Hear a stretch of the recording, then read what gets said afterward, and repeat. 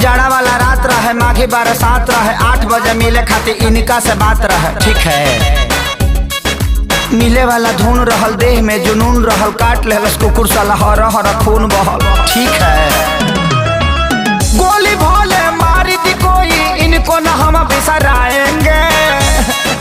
ठीक है, गोली भोले मारी दी केहू, इनको न हम बिसराएंगे।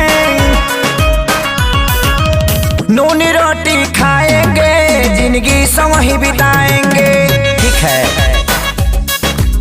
नून रोटी खाएंगे, जिंदगी संग ही बिताएंगे। ठीक है,